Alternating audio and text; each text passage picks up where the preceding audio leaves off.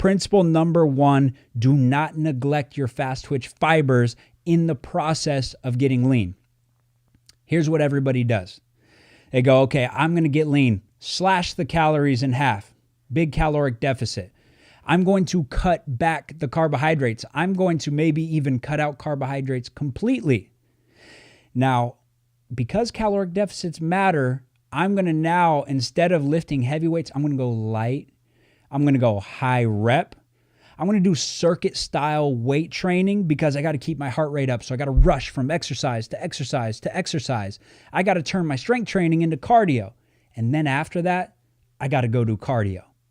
This is how you ruin athleticism. Okay? This is how you ruin athleticism. This is how everybody goes out and gets lean. It's not sustainable, but you are wrecking your fast twitch fibers in the process of getting lean. So in the Fat Don't Fly program, we're trying to build our fast twitch fibers while getting lean. And so from a weight training standpoint, we're still going to move some weight.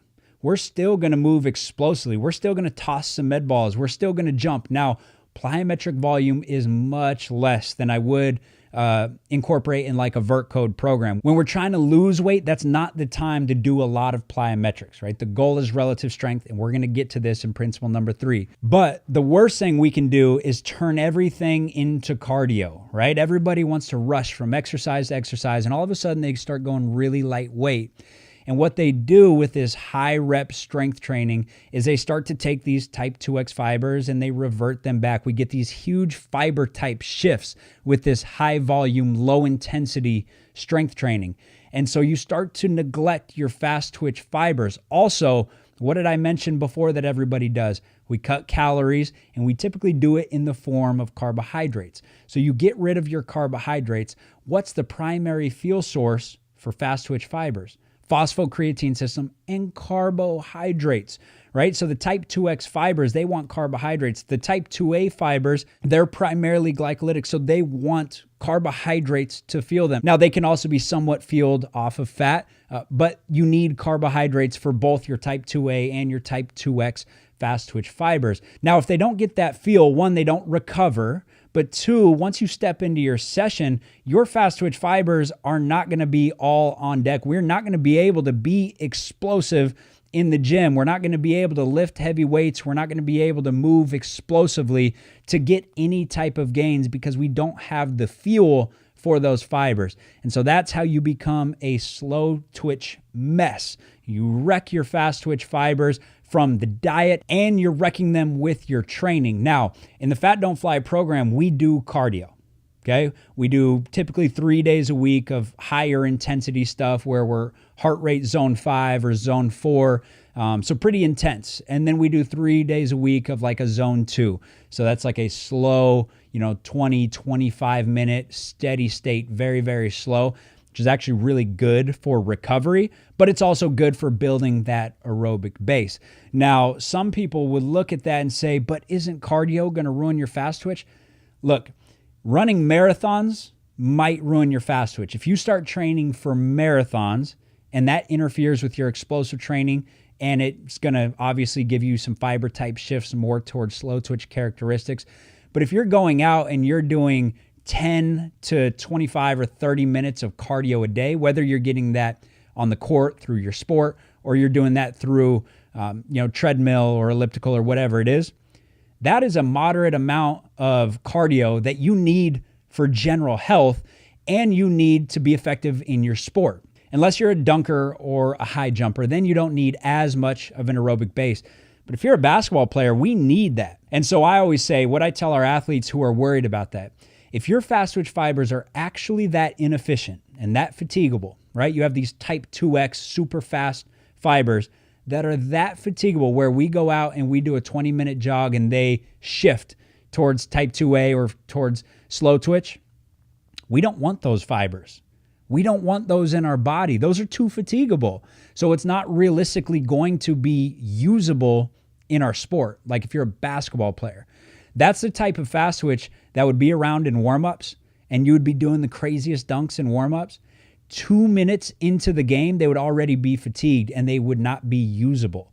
So that's not something that is sustainable in basketball. Staying fresh and staying explosive through the second and the third and the fourth quarter and into overtime, those are not fibers that would be usable. So if they are that fatigable, we don't want them. Now, what most studies would show and what my experience would show is that 20 to 30 minutes of cardio per day is not going to have a negative impact on your vertical jump, on your speed, on your explosiveness. Now, when you get into the physiology of fiber type shifts, things get really confusing. There's still a lot that we don't know about that, but just think of it this way. You need this certain threshold of conditioning to be effective in basketball. And at the end of the day, that's probably the most important quality, is you being in shape. And to attain this threshold, I need X amount of cardio per day or cardio per week, whether I'm getting it through basketball or through additional cardio. That's what I need. And so don't look at things from a fiber type standpoint. Look at it like, hey, this is how much cardio I need to be in elite shape on the basketball court.